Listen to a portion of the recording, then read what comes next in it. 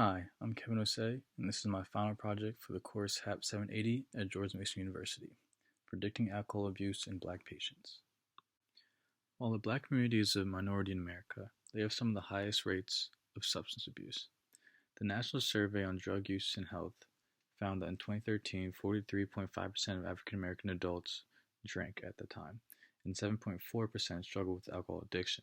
Just 20% of the Black community binge drank in the prior month in a 2014 national survey. Alcohol use in the Black community is lower than other racial and cultural demographics, but they experience more alcohol-related problems than European Americans. So I wanted to create a model that could predict alcohol abuse for Black patients. I used data from the Medical Information Mart for Intensive Care, or MIMIC-4 database. This data was collected from 2008 to 2019 on over 40,000 patients admitted at a hospital and is an updated version of the MIMIC-3 database, which held data from 2001 to 2012.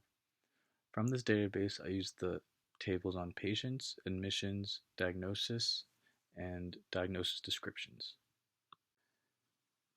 To prepare the data, I joined the patients and diagnosis tables to match the patients with their respective diagnosis.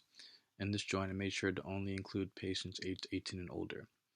For this database, patients age 89 and over were coded as 91, so that was the max age I could go to. After this, I joined this table to the admissions table to get the ethnicity of each patient and the hospital expire flag column, which shows which patients have died. I used that column to exclude dead patients in the next table I made. In the final table, I included subject IDs and binary variables for sex or gender, race to see if they're Black or not, alcohol abuse, tobacco use, diabetes, and heart disease. At first, this model was supposed to predict heart disease. That's why I had these attributes. But when I started making the models, I noticed that they're performing very well for alcohol abuse than anything else. So that completely changed my topic or project. I ran 3 classification models, the logistic regression, naive Bayes, and random forest with 10-fold cross-validation. Random forest performed the best out of the 3 with a RC area of 0.702.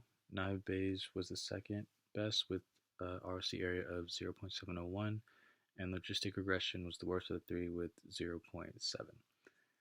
This was done with the training data. When I performed the random forest on the test data, I got an RC area of 0.619. Definitely not the result I was hoping for, but for a model that was made to predict something entirely different, I'd say it's alright. With enough tweaking, this model could be even stronger. So to conclude, my model was successful with the training data, but not as good with the testing data. I could try adding more variables that are more closely related to alcohol abuse to hopefully get a better result. I did see that studies focus more on younger patients. I believe my age range may have been a little too large. I could have focused more on those aged 18 to 30 years old, since realistically they are more likely to engage in binge drinking and alcohol abuse rather than those in their 80s or 90s. Lastly, as I noted earlier in the presentation, African Americans experience more alcohol-related health problems than European Americans, even though they actually abuse alcohol less than them. So being able to identify those who may be at risk of abusing alcohol in the future could, prevent them from suffering from these alcohol-related health issues later in life. And that is my presentation. Thank you.